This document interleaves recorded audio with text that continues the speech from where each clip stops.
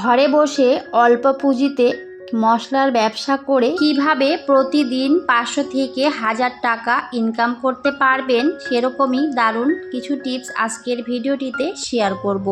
একেবারে বাস্তবভাবেই তুলে ধরার চেষ্টা করব যাতে আপনারা খুব সহজভাবে বুঝতে পারেন। আশা করছি ভিডিওটি সকলের কাছে অনেক বেশি ভালো লাগবে। হ্যালো এভরিওয়ান, আসসালামু আলাইকুম। কেমন আছেন সবাই? আই হোপ সবাই খুব ভালো আছেন আর সুস্থ আছেন। আমরাও আলহামদুলিল্লাহ খুব ভালো আছি। আমার নতুন একটি ভিডিওতে সবাইকে ওয়েলকাম করছি। তো যাই হোক, আজকের ভিডিওটি এই যে রান্নাঘর থেকেই শুরু করলাম। আজকের ভিডিওর মূল টপিক হচ্ছে ঘরে বসে গুঁড়ো মশলার ব্যবসা কিভাবে প্রতিদিন 500 থেকে 1000 টাকা ইনকাম করা যায়, সেটা সম্পূর্ণটা আজকের ভিডিওটিতে আমি শেয়ার করব। ভিডিওটি কেউ স্কিপ করবেন না, স্কিপ করলে কোনো কিছুই বুঝতে পারবেন না। পুরো ভিডিওটির সাথেই থাকবেন, তাহলে কিন্তু সবকিছুই বুঝতে পারবেন আমি কিভাবে মশলাটা বানিয়েছি।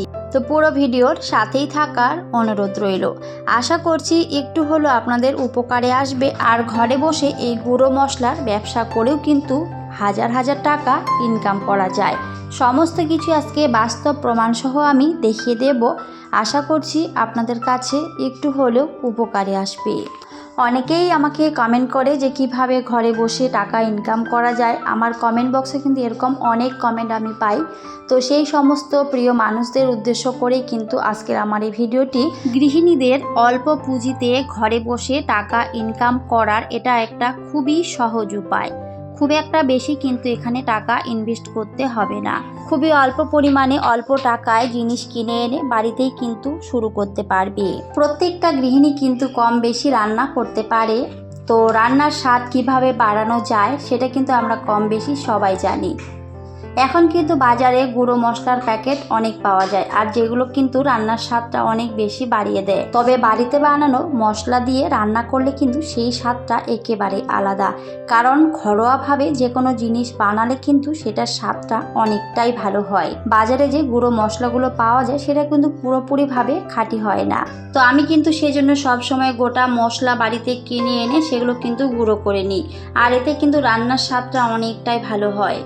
তো যাই হোক, এখানে একটু ভিডিও রিলেটেড কথা বলে নিই। তো আমার ছেলের স্কুল আছে, তো সকালবেলা কিন্তু ওকে আমি টিফিন রেডি করে দিচ্ছিলাম, সেটা একটুখানি শেয়ার করেছি। রাত্রেবেলা আমি তরকারি করে রেখেছিলাম, তো সেটাই দিয়েছি। আর তার সাথে সকালবেলা শুধু রাইস করেছিলাম, তার সাথে ডিম সিদ্ধ করেছি, আর একটু আম কেটে দিয়েছি। আসলে আমটা আমার ছেলে অনেক বেশি পছন্দ করে, তো বাচ্চাদের পছন্দ মতোই একটু টিফিন দেওয়া উচিত। তো যাই হোক, ওর পছন্দ মতোই কিন্তু আমি ওখানে ওর টিফিনটাকে রেডি করে দিলাম। আর তারপরে কিন্তু আমার ছেলে স্কুলে চলে যাবে। প্রতিদিন এই একটা ঝামেলা থাকে যে কি টিফিন দেব, তো সেজন্য আমি রাত্রেবেলায় তরকারি রান্না করে রাখি। রান্নার বিষয়ে প্রত্যেকটা গৃহিণীর কিন্তু মোটামুটি আইডিয়া রয়েছে। তো এখানে কিন্তু আমি কিছু গোটা মশলা নিয়ে নিয়েছি। তো এখানে লবঙ্গ, এলাচ, দারচিনি, তার সাথে কিছু গোটা জিরে, আর অল্প পরিমাণে শুকনো লঙ্কা, আর হচ্ছে তেজপাতা। তো তেজপাতাটা দিতেও পারেন, আবার নাও দিতে পারেন। তবে আমার কাছে এটা দিলে গুঁড়ো মশলার স্বাদটা আরও অনেকটাই ভালো লাগে, বেড়ে যায়। সেজন্য কিন্তু আমি এখানে গোটা তেজপাতাও দিয়েছি। তো এই যে গোটা মশলাগুলো, এগুলো কিন্তু কিনে এনে যদি সুন্দর করে একটু ভেজে নিয়ে তারপরে মিক্সচার মেশিনে, বা অনেকে কিন্তু শিলনোড়াতেও করতে পারেন, তবে শিলনোড়াটা খুব একটা ভালো হবে না। মিক্সচার মেশিনে কিন্তু অনেক সুন্দর গুঁড়ো হয়ে যায়। এইভাবে গোটা মশলা কিনে এনে সুন্দর করে একটু ভেজে সেটা মিক্সচার মেশিনে গুঁড়ো করে নিয়ে সেটা কিন্তু বাজারে বিক্রি করতে পারেন। আসলে এখন কিন্তু গুঁড়ো মশলার অনেক বেশি চাহিদা। এখন কিন্তু সবাই অনেক বেশি ভালো থাকতে চায়, কেউ কিন্তু খাটনির কাজ করতে চায় না। দেখবেন বেশিরভাগ কিন্তু সবাই প্যাকেটে যে গুঁড়ো মশলাগুলো পাওয়া যায় সেগুলোই কিন্তু কিনে আনে। বিশেষ করে সানরাইজের যে শাহী গরম মশলা রয়েছে এটা কিন্তু অনেক বেশি ফেমাস। আর সত্যি বলতে সানরাইজের শাহী গরম মশলাটা অনেক বেশি ভালো হয়, রান্নার স্বাদটা অনেকটাই বাড়িয়ে দেয়। এটা কিন্তু এখন প্রচুর পরিমাণে কিন্তু এখন সেল হচ্ছে। তো আমি কিন্তু এখানে এই যে বিভিন্ন ধরনের মশলা কিন্তু দিয়েছি, দিয়ে ভালো করে একটু ভেজে নিয়েছি। আর তারপরে কিন্তু কিছুক্ষণ এটা ঠান্ডা করে নিতে হবে। ঠান্ডা করে নিয়ে মিক্সচার মেশিনে কিন্তু ভালো করে গুঁড়ো করে নিতে হবে। আর ভালো করে গুঁড়ো করে যদি আপনি প্যাকেজিং করে সেটাকে সেল করতে পারেন তো অবশ্যই প্যাকেটগুলো কিন্তু আপনাকে বাজার থেকে কিনে আনতে হবে। আর চাইলে কিন্তু সেই প্যাকেটে আপনার নামও দিতে পারেন, তো সেইভাবে কিন্তু সেটাকে শুরু করতে পারেন। আর তারপরে আপনার আশেপাশে যে বাড়িগুলো রয়েছে বা আশেপাশে যে দোকানগুলো রয়েছে সেগুলোতে কিন্তু দিতে পারেন। হয়তো প্রথম অবস্থায় আপনার কাছে হয়তো নাও নিতে পারে, তবে আপনি বলবেন যে আমি এটা একেবারে ঘরোয়াভাবে বাড়িতে বানিয়েছি, এটা একেবারে খাঁটি, একবার নিয়ে দেখুন। আর যখন আপনার মশলা নেবে আর রান্না করবে, রান্নার স্বাদটা যখন দেখবে যে অনেকটাই ভালো হয়, তখন কিন্তু আপনার কাছে আবার নিতে আসবে। আর চাইলে কিন্তু অনলাইনেও সেল করতে পারেন। এখন কিন্তু অনলাইন বলেন অফলাইন বলেন সমস্ত ক্ষেত্রে এখন অনেক সুবিধা রয়েছে।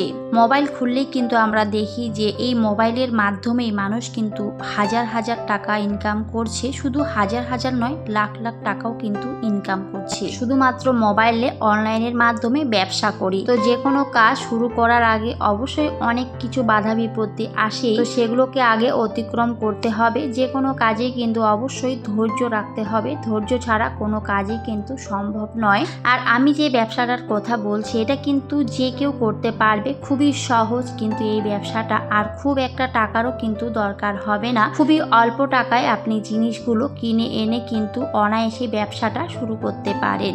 আর সবার আগে কিন্তু আপনাকে একটা মিক্সচার মেশিন কিনতে হবে, কারণ মিক্সচার মেশিনটা না কিনলে কিন্তু আপনি ভালোভাবে মশলাটাকে গুঁড়ো করতে পারবেন না। শিলনোড়ায় কিন্তু খুব একটা ভালোভাবে গুঁড়ো হবে না। তো সেজন্য এই ব্যবসাটা করতে গেলে সবার আগে কিন্তু একটা মিক্সচার মেশিন আপনাকে কিনতে হবে।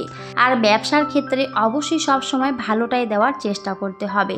আপনি যদি ভালোটা দেন তাহলে কিন্তু সবাই আপনার কাছ থেকে নিতে আসবে। আর খারাপ জিনিস কিন্তু সহজে কেউ পছন্দ করে না, একবার হয়তো নিয়ে নেবে কিন্তু পরবর্তীতে আর কখনোই আপনাকে বিশ্বাস করবে না বা নেবে না। সেজন্য সব সময় ভালো জিনিসটা দেওয়ার চেষ্টা করবেন। তো যাই হোক, এখানে কিন্তু আমি দেখাচ্ছিলাম যে বাজারে যে প্যাকেটের গুঁড়ো মশলাগুলো পাওয়া যায়, তো সেগুলো কিন্তু এই যে আমি দেখাচ্ছিলাম। তো এখানে সানরাইজের শাহি গরম মশলার একটা প্যাকেট ছিল, তো আমি কিন্তু এখানে বড় প্যাকেটটা এনেছিলাম। আসলে সানরাইজের শাহি গরম মশলা কিন্তু অনেক বেশি ভালো রান্নার ক্ষেত্রে, বিশেষ করে মাংস রান্নার ক্ষেত্রে এই মশলাটা দিলে কিন্তু তরকারির স্বাদটা অনেকটাই বেড়ে যায়। যারা আমার রেগুলার ভিউয়ার্স রয়েছে, আমার অনেক ভিডিওতে আমি দেখিয়েছি, তারা কিন্তু খুব ভালো করেই জানে। তো যদিও আমি এই প্যাকেটের মশলাগুলো একেবারেই খাই না, তো অনুষ্ঠানের সময় কিন্তু এগুলো আনা হয়। তো যাই হোক, আমার কাছে ছিল প্যাকেটগুলো, সেই জন্যই কিন্তু আমি দেখিয়েছি। আর তার সাথে ছিল একটা চাট মশলা, আর এরকম কিন্তু বিভিন্ন ধরনের মশলা পাওয়া যায়, যেমন মিট মশলা, তাছাড়া সানরাইসের জিরের গুঁড়ো, সেগুলো কিন্তু পাওয়া যায়। আর এই যে এখানে আমি দেখাচ্ছিলাম, তারপরে একটা লঙ্কার গুঁড়ো ছিল। তো যেহেতু আমি লঙ্কার গুঁড়ো করিনি, তো সেজন্য সেটা আর দেখাচ্ছি না। তো আমি কিন্তু ভিডিও শুরুতে দেখিয়েছিলাম যে আমি জিরেটাকেও কিন্তু গুঁড়ো করে নিয়েছি। আমি সব সময় গোটা মশলা কিনে এনে সেগুলোকে সুন্দর করে গুঁড়ো করে নিই। তো আমি তো এটা আমার খাওয়ার জন্য কিন্তু করেছি, আমি এটা ব্যবসা করার জন্য একেবারেই করছি না।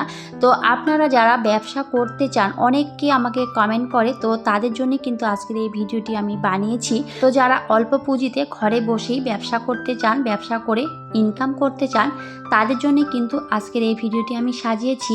তো চাইলে কিন্তু এইভাবে আপনারা শুরু করতে পারেন ঘরে বসেই, খুবই অল্প পুঁজিতে কিন্তু এই ব্যবসাটা শুরু করে এখান থেকেও কিন্তু অনেক টাকা ইনকাম করতে পারবেন। তো আমি যে এখানে মশলাগুলো নিয়েছিলাম খুবই অল্প পরিমাণে কিন্তু নিয়েছিলাম, হয়তো সেখানে প্রত্যেকটা জিনিসই 5 টাকা করে হবে।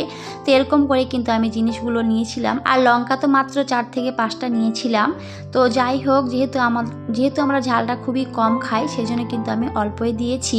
তো যারা বেশি খায় তারা আরও বেশি করে দিতে পারেন।